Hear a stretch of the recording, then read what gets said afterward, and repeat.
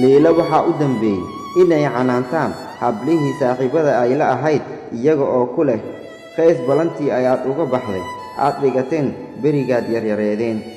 Leilana waxay ku doodaysaa in aanu Qays keligii jacaylka ugu gaar ahayn ee Leila iyadaba ay la dareemayso dhibaatada, waayo haweenku waxay ka yimaadeen feertii Nabiyullaahi Aadam korkiisa nabadgelyo ha ahaatee.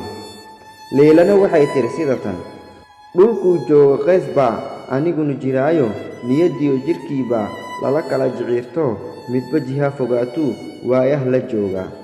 Jarar baa iteedho lagu jaray dhexdeena, jacayl xaasid baa jira dadka kala jixaansoo midba jeel ku oodaa. Jawi kala fogaadiyo midba jihuu ku tuuraa. Haddaan aadan jirkiyo jaansaarka feeraha loo jeexin xaawo la jirsii nafteedana, haween duni ma joogeen, dumar lama jaleeceen, qurux looma jeeleen, jacayl lalama heeseen, dhallinyaro isjamatiyo ma jireen lamaano. Leila waxaa soo food saartay hami iyo walaac oo waxay ka daashay Qays u yeeridiisii. Markii ay dayn weyday hadal hayntii Qays ayaa ninkeedii ku xanaaqay oo dharbaaxo xanuun badan wejigeeda kaga dhuftay oo 3 dalqadoodna u raaciyey. Intay soo carartay ayay gurigoodii ciirsi mooday. Ehelkeediina habeen iyo maalinba way garaacayeen.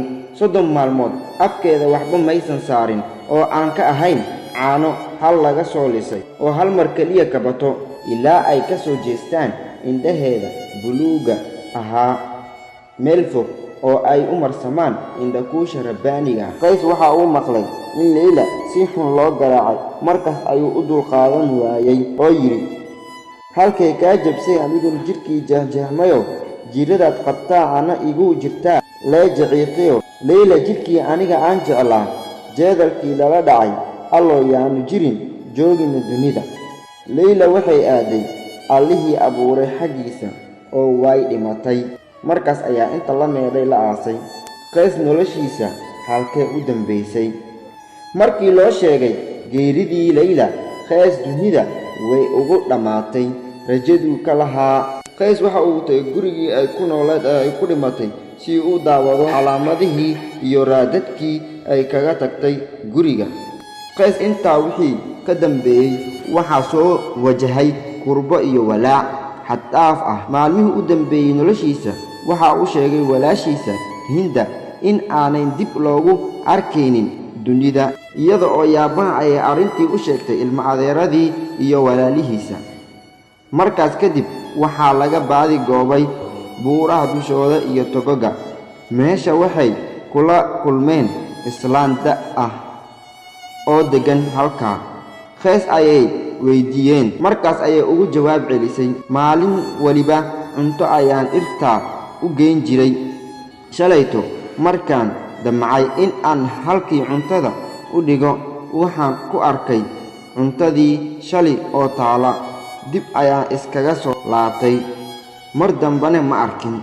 Hore ayay socodkii u wateen ilaa ay gaareen tog dhagaxaan badan. Waxa aynu ku arkeen meedkii Qays. Way soo qaadeen ilaa ay guriga dib ugu soo celiyaan. Qays iyo Leila waxay qabriga u kala horeeyeen 24 habeen oo kaliya.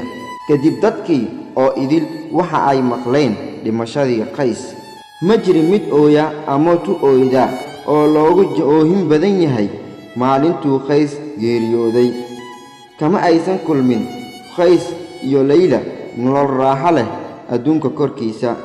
Qays waxaa lagu aasay Leila dhinaceeda midig.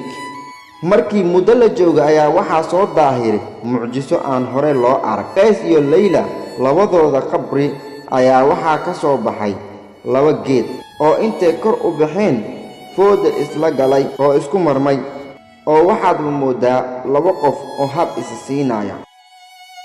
Halkaa ayay noogu dhammaatay qisadii xanuunka badnayd ee Qays iyo Leila.